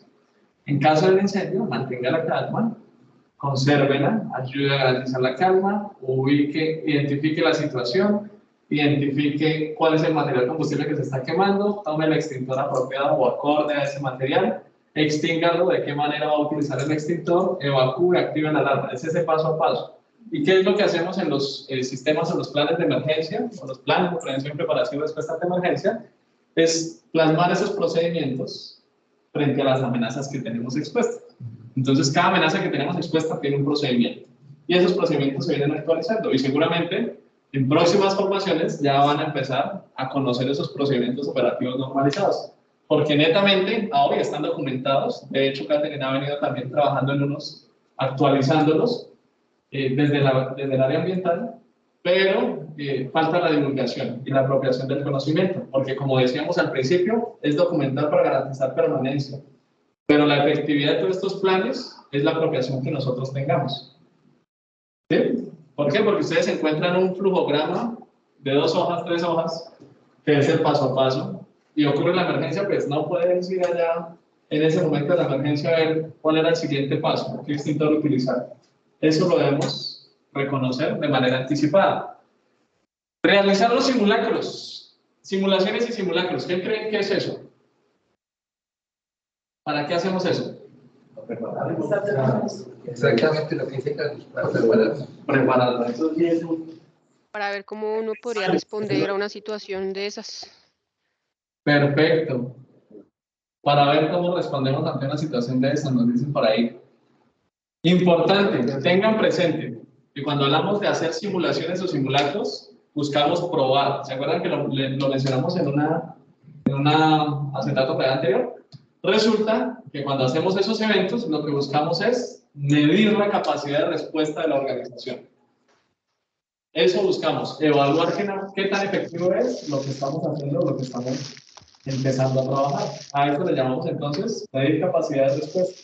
Probar que las estrategias plasmadas en lo que tenemos ahora sea totalmente funcional. De lo contrario, nada que hacer. ¿Qué deberíamos hacer? Pues aplicar esas acciones de mejora. ¿Qué es lo que buscamos en los simulacros? En los simulacros y simulaciones buscamos que no salga, o sea, normalmente no es el tema de planeación y demás, pero a veces como su expectativa es quiero que salga perfecto. En realidad nunca lo va a salir, nunca lo va a hacer, ¿sí? Y eso es lo que buscamos, saber cuáles son las oportunidades de mejora que debemos empezar a implementar. Por un lado hablamos de simulación y por otro lado hablamos de simulacro. Normalmente la simulación es un ejercicio de escritorio para medir la capacidad de respuesta a través de un ejercicio o un escenario hipotético plasmado sobre un escritorio. Es decir, yo les pongo aquí en una presentación la situación y ustedes empiezan a resolver esa situación, ¿sí? Sin tener una intervención. Por el contrario, el simulacro es medir la capacidad de respuesta con acciones directamente de todas las personas involucradas. Y es ahí donde generamos las habilidades de todas las personas, interrumpimos los procesos, llevamos las personas a los puntos de encuentro, activamos las brigadas, hacemos que todo el mundo, desde su rol, lo ejecute. Normalmente siempre hacemos primero simulaciones y después hacemos los simulacros. ¿Sí? ¿Qué buscamos? Que la gente, hay simulacros avisados y hay simulacros que no son avisados. Normalmente, para hacer un simulacro que no sea avisado, debo tener garantía de que las personas ya tienen un hábito o una apropiación de lo que deberían hacer en esa situación de emergencia. Porque si yo llego a un salón, a un auditorio y interrumpo y digo, oiga, hay una bomba aquí afuera, pues imagínense. Si la gente no tiene una cultura o un hábito, pues eso va a terminar explotando, es otra cosa, ¿cierto? Y es ahí donde empezamos. Sin embargo, esos simulacros que no son avisados, son importantes hacerlos, porque eso es como garantizar y ver la respuesta de efectividad que para ellos sería real en ese caso, ¿cierto? Pero pues eso es un proceso que hay que venir ejecutando y realizando. ¿Cada cuánto debería ser un simulacro? Debería ser.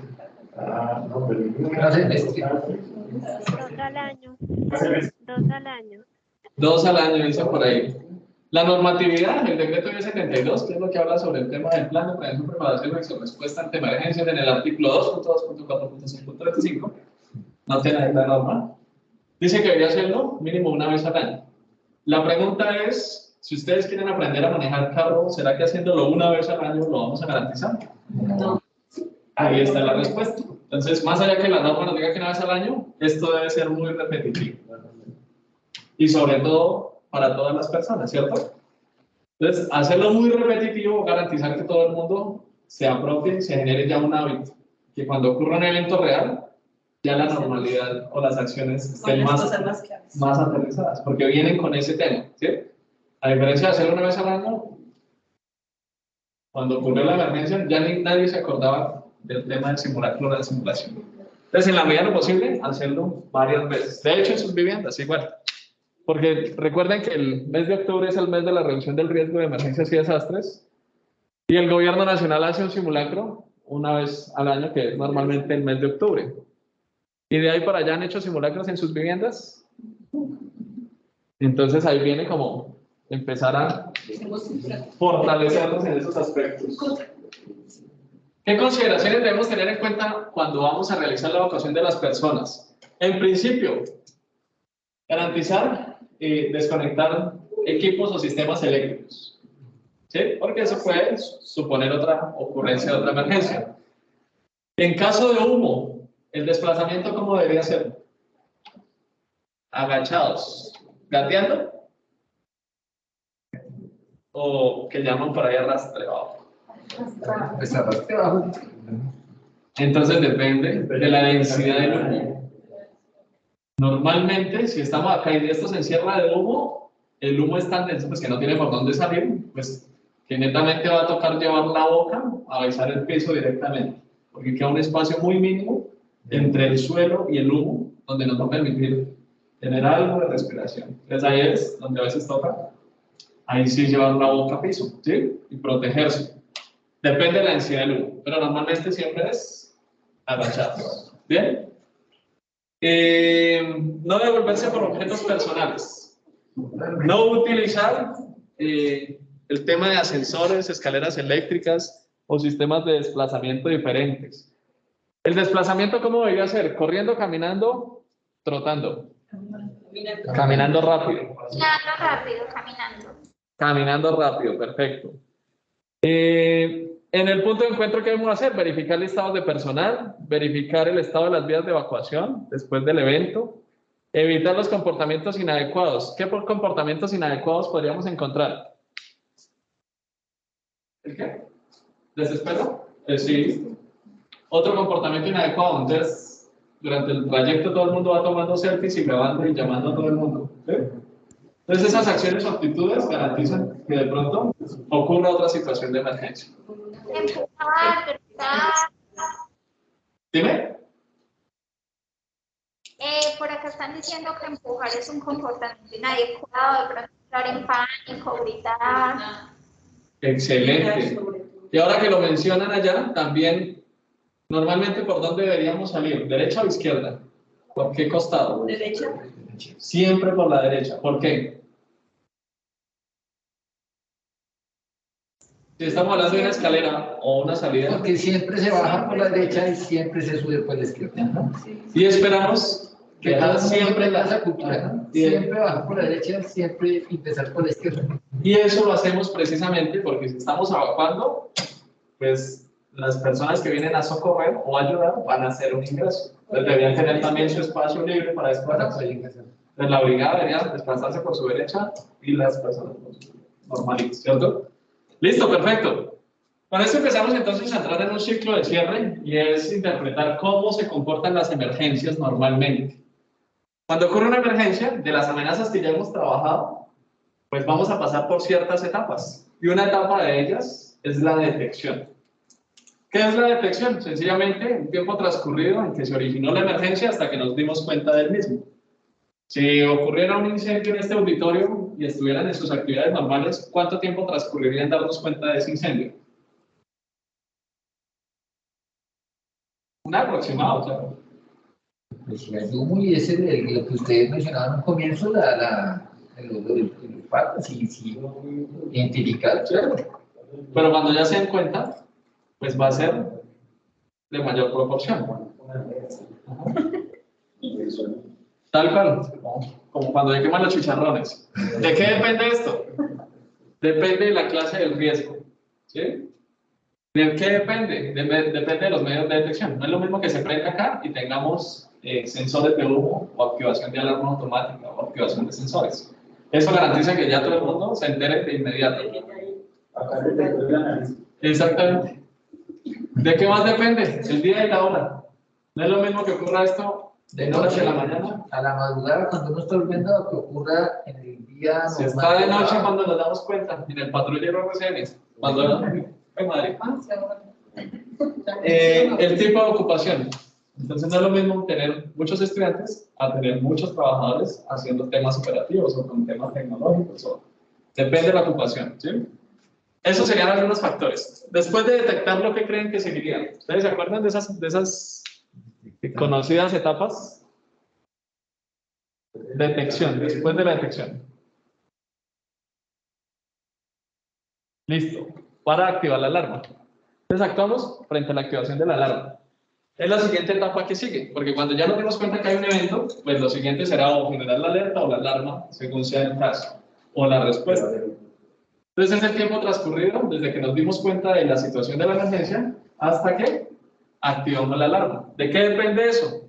De los sistemas de prealarma que se tengan o los sistemas de alarma. Si se tiene garantizada la alarma, o tal vez toca voz a voz, ir por salón y golpear, oiga, se está quemando esto, hay que salir, etcétera. Sistemas de alarma, depende del entrenamiento de las personas también, en qué tan apropiados y con qué responsabilidad se tomen esos comunicados, ¿cierto? Ustedes saben que cuando se generan esas evacuaciones o simulacros, la gente no sale, las docentes tampoco participan, X, etcétera. Depende mucho de eso también. Sistemas de comunicación. Si tuviéramos aquí un radio o un sistema alterno, pues va a ser más fácil tener una comunicación en el equipo de emergencia, ¿cierto? Reacción en la verificación. Y es cuánto ustedes se tardan en generar un alistamiento y una reacción oportuna y una llegada al punto de trabajo. ¿Sí? Esas son. Ahora, ¿qué sigue? Ya entonces detectamos, ya activamos la alarma, ¿y qué seguiría? Ya casi. La preparación. La preparación, aquí involucramos a todas las personas que están dentro del auditorio, todas las personas que están dentro de la infraestructura. En la preparación, ¿qué hacemos? Pues sencillamente es el tiempo transcurrido desde que escuchamos la notificación de la alarma hasta que tomamos la decisión de salir.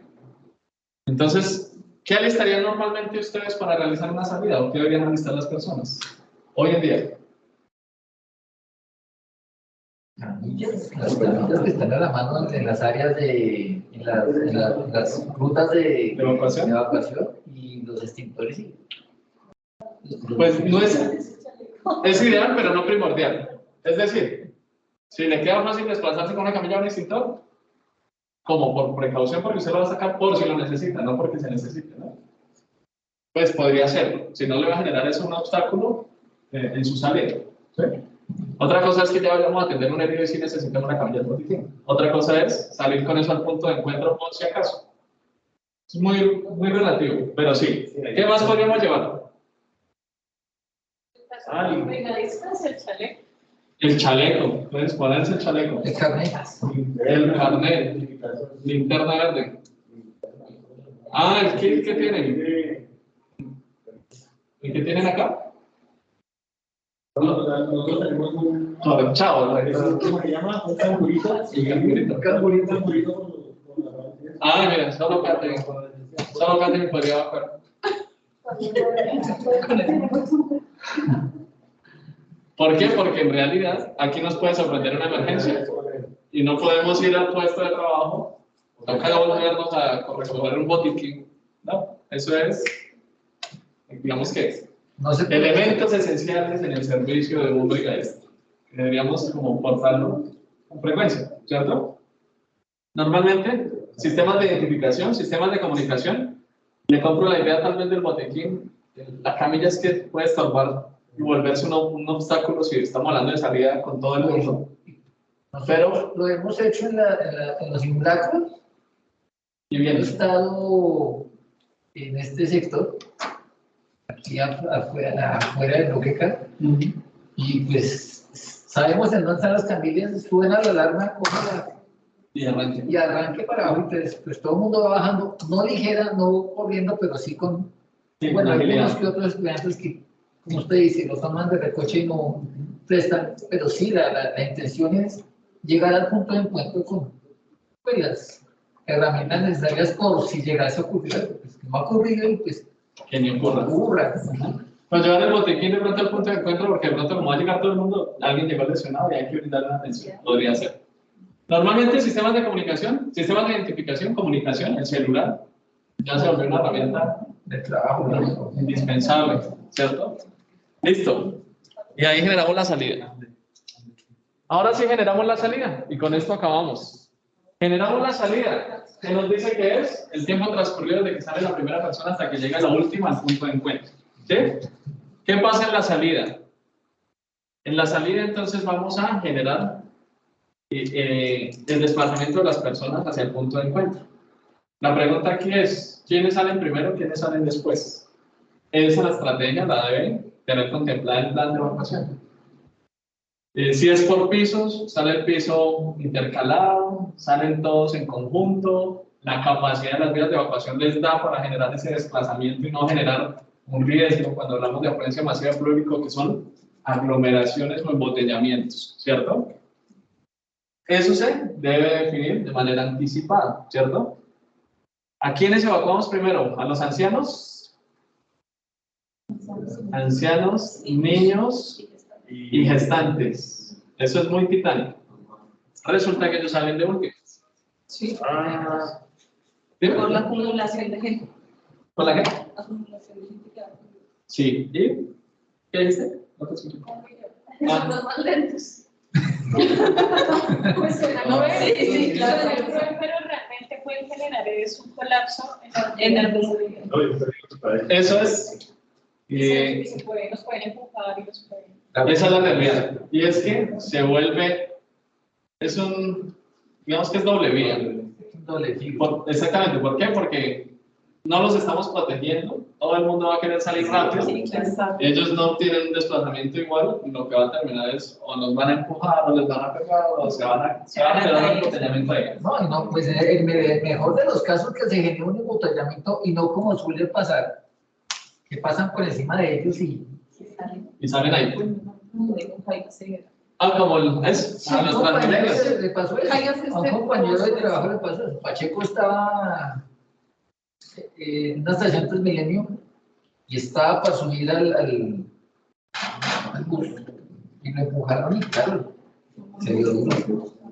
En un Transmilenio, ya saben cómo es el tema. Ahora imagínense una emergencia. Ahora imagínense una emergencia en un Transmilenio. Si lo entran a uno, lo sacan. Qué caos. Pero tal cual, ¿cierto? Así que es importante decir lo que tú dices, porque aquí prevalece el bien común que el individual. Entonces, para nosotros es más fácil desocupar a todas las personas que por sus propios medios lo pueden hacer de una manera ágil y fácil y rápida y socorrer a las personas que necesitan asistencia, para que tengan, no toda la gente encima, sino que tengan todo el recorrido libre para desplazarse a su ritmo o de su manera, ¿cierto? Entonces, por eso, ancianos, personas con limitaciones en movilidad o personas con condiciones especiales, las asistimos, porque esa es la tarea de la brigada. Apenas salga todo el mundo por sus propios medios. ¿Sí? ¿Claros con esos medios de evacuación? Bien. ¿Alguna pregunta hasta el momento? Aquí observamos entonces, si hablamos de tiempos, hablamos acá en forma resumida de los 4 momentos de una emergencia que requieren una evacuación, y es la primera etapa de detección, que se dan cuenta que es un tiempo crítico, precisamente por los medios de detección. Entre más rápido nos demos cuenta del evento, va a ser más fácil controlarlo. La segunda etapa es la alarma. Entonces, lo que vemos ahí que dice T1, T2 son tiempos. Tiempo 1, tiempo 2, tiempo 3, tiempo 4. La alarma también es un tema crítico, porque si yo no le notifico a todas las personas en el menor tiempo posible que deben salir, pues el tiempo de la evacuación se va a retrasar mucho. Entonces, el tiempo 1 y el tiempo 2 son fases críticas. Si tengo buenos medios de detección, buen entrenamiento, buena capacitación y una buena alarma, la respuesta va a ser mucho mejor. El tiempo 3 es la preparación, que es más flexible, y el tiempo 4 es la salida. ¿Bien? Y eso, cuando hacemos los simulacros, podríamos tomar cuánto tiempo se demoran en detectarlo, cuánto tiempo se demoran en activar la alarma, cuánto tiempo en la preparación y cuánto tiempo en la salida. Nos permite ¿qué? Evaluar cuál es el mayor tiempo que nos tomó para empezar a tomar acciones de mejora, ¿cierto? Y que podamos corregir eso en un futuro. Y con esto terminamos. Hablando de los tiempos, decimos que sacar a las personas de un lugar a otro en el menor tiempo posible es lo mejor que puede existir. Pero es muy situacional. Entonces, al ser situacional, ¿qué requiere esto? Mucha instrucción. Instrucción, pero también cumplir con el objetivo. Recuerden que el objetivo de nosotros es salvaguardar las vidas de las personas, llevándolas de un lugar seguro, por una ruta segura, a un punto de encuentro seguro. No nos interesa en realidad si lo hacemos en 1 minuto o en 30 segundos. Nos interesa es que lleguen seguras y que salgan seguras. Ese es el objetivo de la evacuación. Porque existe una fórmula que nos permite tener una aproximación a un tiempo estimado de evacuación. Y a veces teníamos, o la tendencia era como que aplicábamos la fórmula y entonces en la fórmula nos decía, usted debe demorarse para sacar este auditorio de 92 personas 1 minuto, aplicando esta fórmula. Y resulta que cuando ocurre un evento real, cuando tenemos 3 estudiantes lesionados, heridos, que no pueden salir por sus propios medios, pues ahí se alteró todo esto. Entonces no es una camisa de fuerza, pero sí es un estimado, porque ya sabemos que este auditorio, 92 personas salen en 1 minuto, y cuando hicimos la evacuación, pasó 3 minutos y no hay 4 personas en el punto de encuentro, pues también es que algo pasó. Nos permite también tomar acciones, tal vez de eso que llaman búsqueda incipiente, acceso, estabilización y extracción de las personas que de pronto tienen alguna lesión, porque por sus propios medios no pudieron salir. ¿Sí? Si quieren anotarla y aplicarla en sus casas, es interesante saber, oiga, yo me demoro tanto en salir, ¿no? Entonces nos dicen que un tiempo total de salida, que es que aparece en la fórmula, es igual al número total de personas que estén, o el aforo que esté dentro de la edificación, dividido en el ancho de salida. ¿Qué ancho de salida deberíamos tomar? El menor ancho de una puerta, por donde va a pasar todo el mundo. Porque no es lo mismo sacar 92 personas por una puerta de 1 metro a sacar las 92 personas por una puerta de 5 metros. Entonces eso retrasa los temas de evacuación. Nos dice que lo multipliquemos por una constante, que esa constante se expresa en 1.3 metros sobre segundo, ¿sí? Y nos dice que lo sumemos por la distancia total a recorrer. No es lo mismo decir que vamos a salir aquí, que el punto de encuentro queda aquí en toda la salida, a decir que nos toca bajar al parqueadero. La distancia a recorrer va a ser mayor y entre más distancia, pues más tiempo, ¿cierto? Y nos dice que lo dividamos en la velocidad, y la velocidad, como debe ser ágil, caminando rápido, nos la expresa en una velocidad, en una constante de 0.6 metros sobre segundo. Si aplicamos esa fórmula, pues nos daría algo interesante. Por ejemplo, para finalizar este ejercicio, digamos que vamos a sacar un número total de personas de 92 personas, que son este auditorio, la vamos a sacar por el ancho de salida de 1 metro, y la distancia a recorrer son 100 metros. Lo pueden hacer. Entonces, número total de personas a sacar, 92. Dividido en un ancho de salida que es 1 metro.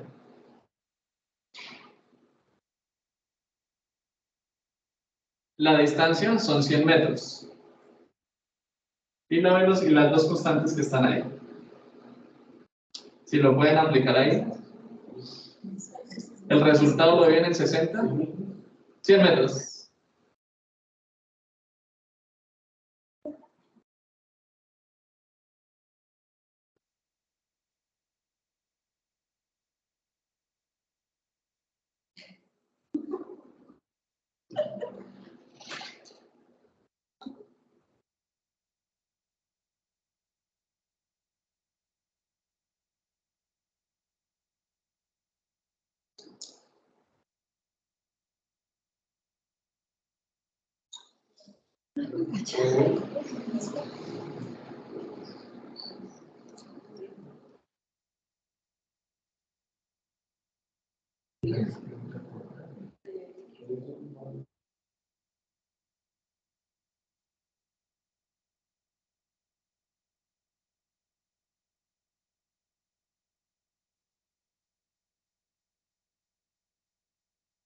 Como 3 minutos nos dice. ¿Dime? ¿Le da el resultado? ¿Lo viste en 60 segundos? Sí. 3.9 minutos. No suena tan descabellado, ¿no? Sacar 92 personas por una puerta de 1 metro por 100 metros, ¿no? Tienen que desplazarse 100 metros.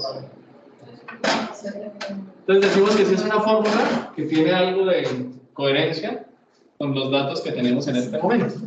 Pero insisto, no es lo mismo sacarlos en condiciones normales que sacarlo cuando hay fuego, cuando hay un colapso, cuando hay humo, cuando hay pánico, cuando hay personas con limitaciones.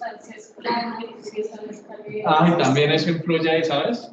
El tema de las superficies, cómo se va a desplazar, si son adultos mayores, etc. Es muy cambiante, ¿sí? Sin embargo, ya sabemos que normalmente deberían tardar 3 minutos. Y si van 6 minutos y no ha llegado al auditorio, es que algo pasó. Es como el dato ahí que nos queda como funcional a la hora de aplicarlo. ¿Vale? En este orden de ideas, entonces cumplimos con los objetivos pues digamos que de este espacio, que era saber qué es evacuación, conocer los medios de evacuación, conocer algunas definiciones puntuales cuando hablamos de evacuación en instalaciones, Escenarios de riesgo como los ascensores, las etapas de la evacuación y qué acciones contemplar y a ejecutar cuando vamos a hacer una evacuación, sumado a algunas consideraciones especiales en qué eventos deberíamos evacuar y cómo están nuestras instalaciones. ¿Qué tarea les queda? Sencillamente reconocer muy bien sus instalaciones, reconocer dónde hay señalización o tal vez ausencia de señalización para levantar la mano y desde la gestión pues también fortalecer esos temas de señalización, de marcación, planos de evacuación, rutas de evacuación, generar inspecciones. Ustedes en su día a día revisan que sus recorredores o cerca de la oficina pusieron 5 matas y esas 5 matas pues están obstruyendo el libre desplazamiento de las personas, pues también desde el antes empezar a trabajar todo eso para que no, cuando ocurran las cosas, pues esas materas se vuelvan a una condición de emergencia. ¿Sí? Exactamente. Entonces noten que la tarea no es solo quedarnos con esto, sino empezarlo a aplicar en nuestro día a día. ¿Listo? No siendo más y cumpliendo el horario, les agradezco a todos la participación. Me agrada verlos. La próxima será un poquitico de pronto más práctica. A ver cómo la hacemos. El próximo temario ya tiene que ver como un tema ya más asistencial en temas de atención de primeros auxilios. ¿Vale? A las personas de Medellín, mil gracias. A las personas que están conectadas por ahí, mil gracias. Gracias. Gracias. Muchísimas gracias a todos por la participación. Las personas que están conectados en línea, les dejen la libertad para que por favor la escriban. Bueno, y pues nuevamente muchísimas gracias. Nos Gracias a ti. ¡Chao, Medellín! Me entrega Medellín. Yo tengo un correo tuyo. ¿Cierto?